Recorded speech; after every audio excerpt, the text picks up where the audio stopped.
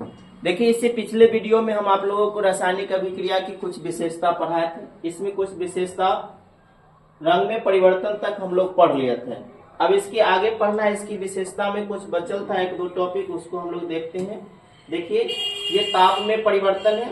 तो ताप में परिवर्तन क्या होता है, तो पिछला वीडियो अगर आप देखिएगा शुरू से तो आपको अच्छा से समझ में आ जाएगा, कोई दिक्कत नहीं होना चाहिए। अगर कोई दिक्कत हो तो आप कमेंट करके पूछ सकते हैं। जहां भी समस्या हो उसकी समस्या को जहां तक हो सुलझाने की कोशिश किया जाएगा। देखिए, अब पिछला वीडियो के बाद जो अगला टॉपिक बचा हुआ था वो है ताप में परिवर्तन। देखिए, ताप में परिवर्तन कहने का मतलब क्या है कि कुछ ऐसी रासायनिक अभिक्रिया होती है जिसके ताप में परिवर्तन हो जाता है। जैसे हम एक पात्र है, कोई भी पात्र लेते हैं, उसमें रासायनिक अभिक्रिया कराने के लिए दो अलग अलग पदार्थों को मिला देते हैं। दो भिन्न भिन्न पदार्थ को जब आपस में मिलाते हैं और उसके सतह को जब छूते हैं तो उसके ताप में कुछ परिवर्तन महसूस होता है। या तो ठंडक महसूस होगा या गर्मी महसूस होगा। जब गर्मी महसूस होता है तो उसे हम कहते हैं ऊष्माक्षेपी अभिक्रिया हुआ, यानी ऊष्मा का उत्पादन हो रहा है। यानी कि वह अभिक्रिया के ताप में परिवर्तन हुआ। और वह किस तरह से परिवर्तन हुआ, ऊष्मा उत्पन्न हुआ। जैसे ऊष्मा उत्सर्जन होगा तो वह पात्र गर्म हो जाता है, यानी कि उसके ताप में परिवर्तन हो रहा है। यानी रासायनिक अभिक्रिया की यह एक विशेषता हो गई कि अभिक्रिया के फलस्वरूप उसके ताप में परिवर्तन होता है। और उसी में ताप परिवर्तन में एक ऊष्माक्षेपी होता है और दूसरा होता है ऊष्मा शोषी। जैसे ये एक पात्र लेते हैं, इसमें चूना लेते हैं, चूना पत्थर या कली चूना लेते हैं और उस चूना में बूंद बूंद करके जल डाला जाता है। जैसे जल डालते हैं तो यह विघटित हो जाता है। विघटित होता है तो इसमें फदफदाहट के साथ साथ इसमें से धुआं निकलती है और इसकी सतह को अगर हम स्पर्श करते हैं, छूते हैं, ये गर्म हो जाता है। कैसा हो जाता है, गर्म होता है। इसके अंदर जो है वह कैल्शियम कार्बोनेट रखा हुआ था, इसमें जल डाला गया, यह गर्म होता है। यानी कि यह अभिक्रिया क्या है, ऊष्माक्षेपी कहलाएगा। तो इस तरह की अभिक्रिया को हम लोग कहते हैं ऊष्माक्षेपी अभिक्रिया। ऊष्माक्षेपी अभिक्रिया में ताप बढ़ता है। देखिए लिखा, यदि ताप बढ़ता है तो उसे ऊष्माक्षेपी अभिक्रिया कहते हैं। वही बात है, यदि ताप घटता है तो उसे ऊष्मा शोषी अभिक्रिया कहते हैं। यानी इसी तरह से कोई भिन्न पदार्थों को किसी एक पात्र में लेकर आपस में रासायनिक क्रिया कराया जाता है और वह आपस में क्रिया करके अगर उसका सतह गर्म नहीं होकर के अगर सतह ठंडा हो जाए तो ठंडा होता है। इसका मतलब है कि यह अभिक्रिया ऊष्मा शोषी है, यानी कि ऊष्मा को अवशोषित करता है। इस तरह की अभिक्रिया को हम लोग कहेंगे ऊष्मा शोषी अभिक्रिया। ये ताप में परिवर्तन हो गई, रासायनिक अभिक्रिया की विशेषता में आता है। आशा है कि आप लोगों को समझ में आता होगा। इससे आगे हम देखते हैं इसकी विशेषता में क्या है। इसके अगला देखिए, अवस्था में परिवर्तन। अवस्था में परिवर्तन होता क्या है, इसको समझ लीजिए। कुछ ऐसी रासायनिक अभिक्रिया, जैसे कि अभिक्रिया के लिए हम कोई ठोस पदार्थ लिए, कोई द्रव लिए, तो हम लिए ठोस और द्रव, लेकिन अभिक्रिया करके हुए गैस में बदल गया, तो यानी उसकी अवस्था में हो गई परिवर्तन। इस तरह की परिवर्तन को हम कहते हैं अभिक्रिया की विशेषता में आ जाएगा अवस्था में परिवर्तन। तो कुछ रासायनिक अभिक्रियाओं के फलस्वरूप पदार्थ की अवस्था में भी परिवर्तन होता है। जैसे एग्जाम्पल में लिखा गया मोमबत्ती का जलना। जैसे मोमबत्ती है, इस मोमबत्ती को अगर हम जलाते हैं तो मोमबत्ती जो जलता है, तो मोमबत्ती किस अवस्था में है, ठोस की अवस्था में। जब इसको जलाते हैं तो यह मोम जो है वह रासायनिक परिवर्तन के फलस्वरूप जब ये जलता है तो जल करके वाष्प बनता है। वाष्प में परिवर्तन हुआ, यानी कि यह गैस आ गया, पदार्थ की दूसरा अवस्था मिला गैस। और कुछ वाष्प बन के जल जाते हैं, कुछ पिघल करके नीचे आ जाते हैं। तो पिघल करके जो नीचे आते हैं यह हो गया द्रव अवस्था। अब बाद में आकर के ये भी ठोस हो जाता है, लेकिन जिस समय प्रतिक्रिया हो रही थी उस समय यह गैस बना लिया था, तो ठोस बना गैस और द्रव, यानी कि इसकी अवस्था में परिवर्तन हो गया। दूध से दही का बनना। दूध जो होता है वह द्रव अवस्था में होता है और दही जो है वह द्रव ही है, लेकिन उसकी रूप बदल जाता है, अवस्था बदल जाती है। इस तरह की परिवर्तन को हम लोग कहते हैं पदार्थ की अवस्था में परिवर्तन या रासायनिक अभिक्रिया की विशेषता कहलाता है। अब यहाँ तक आप लोग समझ गए रासायनिक अभिक्रिया क्या होता है, रासायनिक अभिक्रिया की मुख्य विशेषता क्या है, अभिकारक क्या होता है, प्रतिफल क्या होता है। अब हम चलते हैं चैप्टर जो था पहला उसकी ओर देखते हैं। चैप्टर में पढ़े थे हम लोग रासायनिक अभिक्रिया की विशेषताएं, तो इसमें अभिक्रिया की ओर देखते हैं। देखिए इसमें क्या था, अब आप लोग पढ़े होंगे रासायनिक अभिक्रिया, आपको पूर्ण रूप से समझ में आ ही गया होगा। रासायनिक अभिक्रिया में भाग लेने वाले पदार्थ को हम कहते हैं अभिकारक, और उसके बाद हमें जानना है समीकरण के बारे में। अब जो भी चर्चा है, कोई भी अभिक्रिया जो होगा, किसी भी प्रकार की रासायनिक अभिक्रिया होगा, उसको हम समीकरण के रूप में समझते हैं। समीकरण होता क्या है, समीकरण कहते किसको है, इसको समझना है। तो समीकरण किसको कहा जाता है? देखिए, कोई भी रासायनिक अभिक्रिया होता है, किसी भी रासायनिक अभिक्रिया में भाग लेने वाले पदार्थों को उनके संकेतों या सूत्रों के द्वारा संक्षिप्त निरूपण, संक्षिप्त करने का मतलब छोटा रूप। छोटा रूप होता क्या है? जैसे किसी स्थिति में कभी कभी जैसे देखते हैं नाम लिखा होता है, जैसे लिखता IGMS, NK, PK, DK, उसी तरह से समीकरण होता है। और एक समीकरण में जो पदार्थ भाग लेते हैं उस पदार्थ का एक मूल संकेत होता है, उसके संकेतों और सूत्रों के द्वारा जो समीकरण को हम लिख देंगे, अभिक्रिया को जिस रूप में व्यक्त कर देंगे, वही कहलाता है रासायनिक समीकरण। तो देखते हैं रासायनिक समीकरण होता क्या, इसके बारे में समझते हैं। तो रासायनिक समीकरण किसको कहा जाता है? देखिए, इसको पढ़ा जाता है केमिकल इक्वेशन पढ़ेंगे। रासायनिक समीकरण, रासायनिक समीकरण अभी बताए हैं कि किसी भी रासायनिक अभिक्रिया में भाग लेने वाले पदार्थों को उनके संकेतों और सूत्रों के रूप में संक्षिप्त निरूपण, संक्षिप्त करने का मतलब छोटा रूप जो है वह रासायनिक समीकरण कहलाता है। यानी कि उसको हम लोग पढ़ते हैं केमिकल इक्वेशन। क्या पढ़ेंगे? केमिकल इक्वेशन, यानी कि रासायनिक समीकरण। देखिए, रासायनिक समीकरण में क्या होता है? किसी रासायनिक अभिक्रिया में भाग लेने वाले पदार्थों के संकेतों एवं सूत्रों का संक्षिप्त निरूपण, संक्षिप्त करने का मतलब छोटा रूप जो होता है, संक्षिप्त निरूपण ही रासायनिक समीकरण कहलाता है। छोटा रूप, जैसे किसी का कुछ नाम है तो अपना शॉर्टकट नाम लिखता है RK, PK, NK, कुछ भी लिखता है तो यह उसका संकेत है, वह अपनी पहचान को बताता है। उसी तरह किसी रासायनिक अभिक्रिया में भाग लेने वाले कोई भी पदार्थ जो होते हैं, उन पदार्थों के संकेतों एवं सूत्रों का संक्षिप्त निरूपण ही रासायनिक समीकरण कहलाता है। एग्जाम्पल में लेते हैं, जैसे यहाँ लिखा गया है, हाइड्रोजन और क्लोरीन के मिश्रण को सूर्य की प्रकाश में अगर छोड़ दिया जाए तो वो दोनों आपस में क्रिया करके हाइड्रोजन क्लोराइड बनाते हैं। तो हाइड्रोजन क्लोराइड जो बनाते हैं, तो इसी भाषा को इनके में उपस्थित हाइड्रोजन है, क्लोरीन है, और इसे कहाँ रखा गया? सूर्य की प्रकाश में रखा जाता है तो बनता है हाइड्रोजन क्लोराइड। तो इनके हम हाइड्रोजन के लिए लिख संकेत होता है H2, क्लोरीन का संकेत Cl होता है, तो रासायनिक अभिक्रिया में अणु Cl2 लिख सकते हैं, और अभिक्रिया करके बनाता हाइड्रोजन क्लोराइड यानी HCl लिख देते हैं। इस तरह से किसी भी रासायनिक अभिक्रिया में भाग लेने वाले पदार्थों को संकेतों और सूत्रों के द्वारा संक्षिप्त निरूपण मतलब छोटा रूप लिखना ही रासायनिक समीकरण कहलाता है।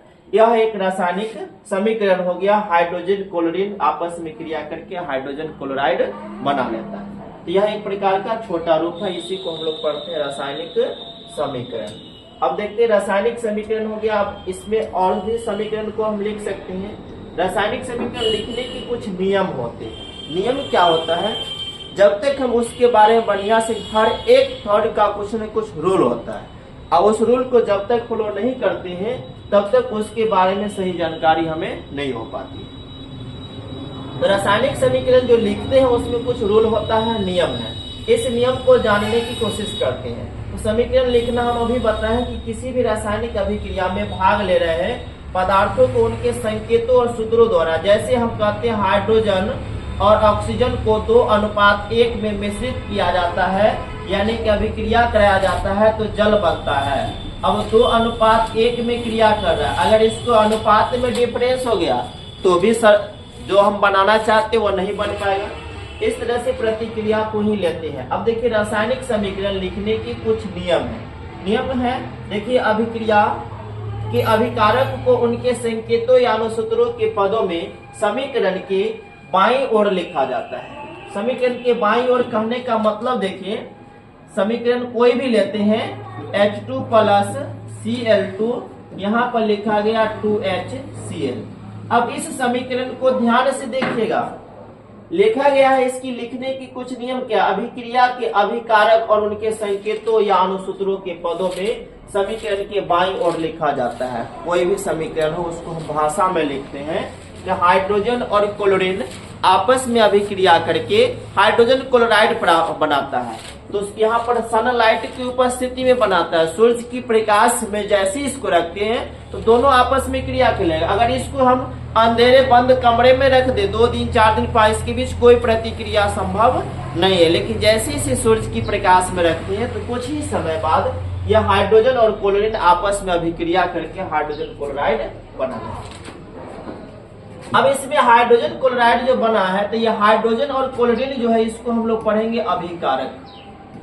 ये है अभिकारक। ये जो बना इसको पढ़ा जाएगा प्रतिफल।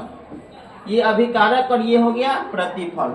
यहाँ पर क्या लिखा गया है कि अभिक्रिया के अभिकारक को उनके संकेतों या अनुसूत्रों के पदों में समीकरण के बाईं ओर यानी समीकरण में तीर चिन्ह से पहले लिख देंगे। तो जो तीर चिन्ह से पहले किसको लिखा जाएगा? अभिकारक को। और अभिकारक हम बताए हैं कि किसी भी रासायनिक अभिक्रिया में भाग लेने वाले पदार्थ को अभिकारक कहा जाता है।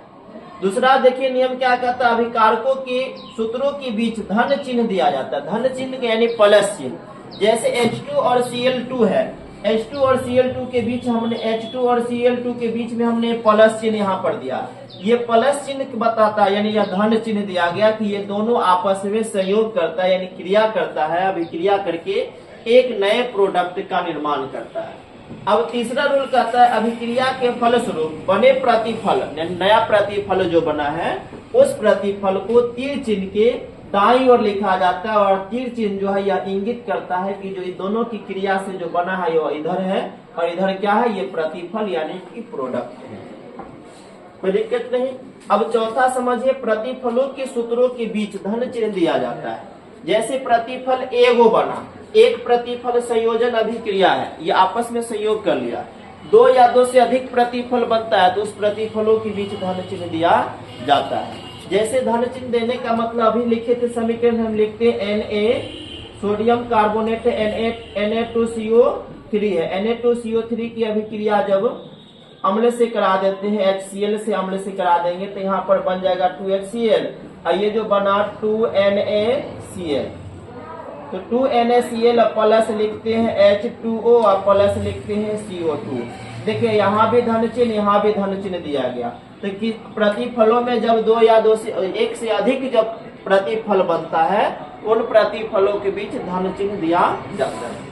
अब पांचवा रूल देखिए, अभिकारकों और प्रतिफलों को तीर चिन्ह द्वारा अलग अलग प्रदर्शित किया जाता है। तो बीच में जो ये तीर चिन्ह लिया गया, ये तीर चिन्ह द्वारा अभिकारक इधर और प्रतिफल इधर, दोनों को अलग अलग प्रदर्शित किया जाता है। इस तरह की जितने भी रासायनिक अभिक्रिया होती है उसको इन नियम पर हम उसको लिख सकते हैं, समीकरण को इस नियम पर आधारित बना सकते हैं, कोई दिक्कत नहीं।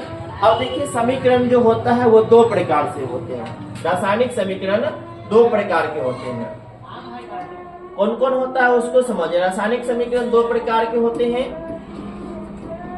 रासायनिक समीकरण जो है वो 2 प्रकार के होते हैं। रासायनिक समीकरण 2 प्रकार के होते हैं।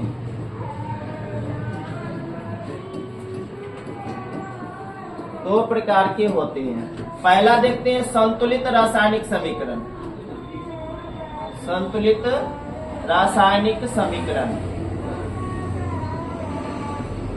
दूसरा होता है असंतुलित रासायनिक समीकरण।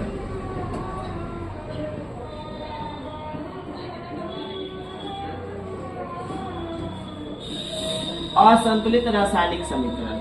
देखिए रासायनिक समीकरण समझ गए, ये 2 प्रकार के होते हैं, संतुलित और असंतुलित।